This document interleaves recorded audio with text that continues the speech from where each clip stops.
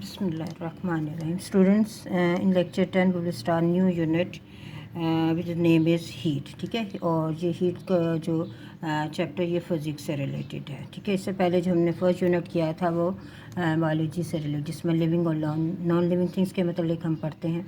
और हीट क्या है, फिज़िक्स क्या है, जिसमें हम मैटर और एनर्जी और इनके दरमियान जो रिलेशनशिप है इसके बारे में पढ़ते हैं. और हीट टॉपिक जो है वो फिज़िक्स में ही आता है. Okay, now let's start. अब हम इसको स्टार्ट करते हैं. देखिए, सबसे पहले इसका टॉपिक है हमारा हीट का टॉपिक है. इसमें टेम्परेचर और हीट जो है ये दोनों ही इसमें हम डिस्कस करेंगे. ठीक है, अब हम देखेंगे कि टेम्परेचर और हीट को हम कैसे डिफ़ाइन करके, या हम ये भी कह सकते हैं कि इनको हम डिफ्रेंशिएट कैसे करेंगे. तो जब हम डिफ्रेंशिएट की बात करते हैं तो इसमें अगर हम देखें तो डेली लाइफ में हम दोनों को एक ही कंसिडर करते हैं. ठीक है, लेकिन अगर हम फिज़िक्स की बात करें तो उसमें हम देखेंगे कि हीट जो है वो क्या है. अब हम देखेंगे हीट क्या है. हीट क्या है, ट्रांसफ़र ऑफ एनर्जी, यानी एनर्जी का ट्रांसफ़र होना, यानी एक बॉडी से दूसरी बॉडी में मुंतकिल होना या ट्रांसफ़र होना. और टेम्परेचर किसे कहते हैं, टेम्परेचर क्या है, डिग्री ऑफ हॉटनेस और कोल्डनेस. ठीक है, यानी बहुत ज़्यादा बॉडी गर्म है या बहुत ज़्यादा बॉडी ठंडी है, वो कितनी ठंडी है या कितनी गर्म है, उसको हम क्या कहते हैं, वो उसका टेम्परेचर कहलाता है. ठीक है, अब अगर हम दोनों को इन दोनों चीज़ों को अब हम एक या दोनों क्वांटिटीज़ को हम एक एग्जांपल से समझते हैं. ये देखें, लेट्स, हमारे पास एक बॉडी ए है और दूसरी बॉडी हमारे पास बी है. इस बॉडी ये दोनों जो हैं बॉडी जो हैं डिफरेंट लेवल पर हैं. यानी एक बॉडी ए को हमने जो हम क्या कहते आग पर रखा हुआ है. सपोज़ इसको आपने इसको हीट दी हुई है, आग पर रखा हुआ है, और जब आप इसको टच करते हैं तो आपको ये गर्म महसूस होती है या फील होती है. अब दूसरी को हमने फ्रीज़र में रखते हैं, यानी जब हम इसको टच करेंगे तो ये क्या होगी, हमें ठंडी महसूस होगी, यानी हमें ये चीज़ जो है वो जो ठंडक है इससे फ़ील होगी.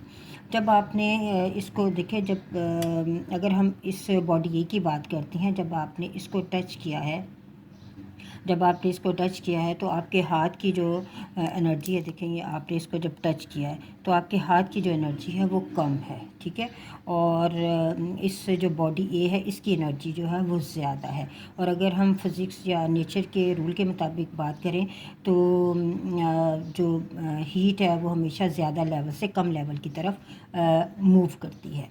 अब इसी तरह यानी इस बॉडी से जो हीट है वो ट्रांसफ़र हुई है आपके हाथ में, क्योंकि आपके हाथ का लेवल जो है वो कम है. इस वजह से आपको अपना हाथ जो है वो गर्म महसूस होता है या फील होता है. अब इसी तरह अगर हम बॉडी बी की बात करें, इस बर्तन को, यानी जब आप हाथ लगाते हैं तो आपको ठंडा क्यों लगता है, यानी आपके हाथ की जो एनर्जी जो लेवल है, ये जो एनर्जी है वो क्या है, वो ज़्यादा है. और ये जो बॉडी बी है इसकी एनर्जी या लेवल जो है वो क्या है, वो कम है. तो रूल के मुताबिक जो है एनर्जी जो है ज़्यादा लेवल से कम लेवल की तरफ आती है. तो इसका ये मतलब है कि जो एनर्जी है वो क्या होगी, आपके हाथ से कहाँ मूव करेगी, बॉडी बी की तरफ मूव करेगी, जिसकी वजह से आपको ठंडक जो है वो फील होती है. यानी एनर्जी जो है इस बॉडी ए में जो है एनर्जी बॉडी ए से आपके हाथ की तरफ मूव की है, और यहाँ से जो एनर्जी है वो आपके हाथ से बॉडी बी की तरफ मूव है, तो आपको ठंडक फील हुई है. और यहाँ से जो है आपको क्या है वो जो चीज़ है, आपका हाथ जो है आपको गर्म महसूस हुआ है. अब हम डेफिनेशन की तरफ आते हैं कि हीट क्या है. यानी हम ये कह सकते हैं एनर्जी का जो फ़्लो है उसे हम क्या कहते हैं, उसे हम हीट कहते हैं. अब अगर इन दोनों का लेवल अगर हम देखें तो बॉडी ए का लेवल जो था वो क्या था, आपके हाथ से लेवल जो है इसका ज़्यादा था. यानी हम ये कह सकते हैं कि इसकी डिग्री ज़्यादा थी. यानी हम ये भी कह सकते हैं जिसका लेवल ज़्यादा होता है इसका मतलब उसका टेम्परेचर ज़्यादा होता है, और जिसका लेवल कम होता है उसका टेम्परेचर भी जो है वो कम होता है. पहली एग्जांपल में अगर हम देखें तो आपके हाथ का जो लेवल था वो क्या था, वो कम था, यानी उसका टेम्परेचर कम था. और दूसरी एग्जांपल में अगर हम देखें तो आपका हाथ का लेवल जो है वो ज़्यादा था, यानी उसका टेम्परेचर जो है वो ज़्यादा था. अब हम ये तो इनकी डेफिनेशन। अब हम इसको कुछ और भी तरीके से इसको एक्सप्लेन करते हैं। देखिए, किसी भी सॉलिड के पार्टिकल्स जो होती हैं वो अपनी जगह पर क्या कर रहे हैं, मूव कर रहे होते हैं, ठीक है। और अगर किसी बॉडी में जो है एनर्जी उसकी मूवमेंट की वजह से आती है तो उसकी एनर्जी को हम क्या कहते हैं, काइनेटिक एनर्जी कहते हैं, ठीक है। इसको क्या कहते हैं, काइनेटिक एनर्जी कहते हैं। किसी बॉडी में काइनेटिक एनर्जी, और वो किसके इक्वल होती है, वो हाफ एम वी स्क्वायर, यानी पार्टिकल्स के मूवमेंट की वजह से या बॉडी के मूवमेंट की वजह से उसके अंदर जो एनर्जी आती है उसे हम क्या कहते हैं, काइनेटिक एनर्जी कहते हैं। काइनेटिक एनर्जी किसके इक्वल होती है, हाफ एम वी स्क्वायर। ये इसका फार्मूला। मैं एम क्या शो करता है, वो मैस को, और वी क्या है, पार्टिकल्स की वेलोसिटी को शो करता है। अब हमारे पास जो काइनेटिक एनर्जी है वो 3 तरह की होती है। फर्स्ट वन ये होता है कि वो पार्टिकल जो है वो वाइब्रेटरी मोशन में भी होता है, ठीक है। यानी वाइब्रेटरी मोशन है तो इसका ये मतलब है कि उसके अंदर जो काइनेटिक एनर्जी होगी वो due to the vibratory motion होगी। अब इसी तरह अगर जो एक पार्टिकल है वो ट्रांसलेटरी मोशन में भी हो सकता है तो उसके अंदर जो काइनेटिक एनर्जी होगी वो क्या होगी, ट्रांसलेटरी मोशन।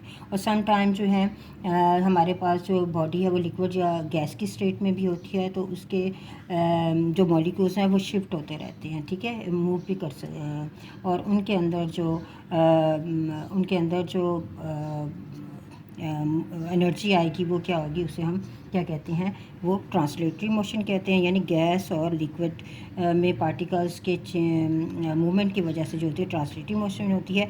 और सम टाइम बॉडी जो है रोटेट भी करती है इस तरीके से। ये देखिए पार्टिकल्स है, ये रोटेट कर रहा है तो उसके अंदर जो एनर्जी होगी काइनेटिक एनर्जी वो रोटेटरी मोशन की वजह से। तो अगर हम इन सब एनर्जी को ऐड कर ले तो हमारे पास टोटल काइनेटिक एनर्जी आ सकती है, ठीक है। तो यानी सम टाइम ऐसा भी होता है कि पार्टिकल्स जो हैं अपनी ही पोजीशन चेंज करते रहते हैं। ये तो मूवमेंट की वजह से उनके अंदर एनर्जी आती है, लेकिन सम टाइम पार्टिकल्स जो होते हैं वो अपनी पोजीशन चेंज करते हैं और उस पोजीशन चेंज करने की वजह से क्या होता है, यानी बॉडी जो है वो अगर नीचे है उसे आप ऊपर फेंकेंगे तो उसके अंदर जो एनर्जी आएगी वो क्या होगी, यानी ऊपर की तरफ फेंकेंगे उसके अंदर पोटेंशियल एनर्जी आ जाएगी।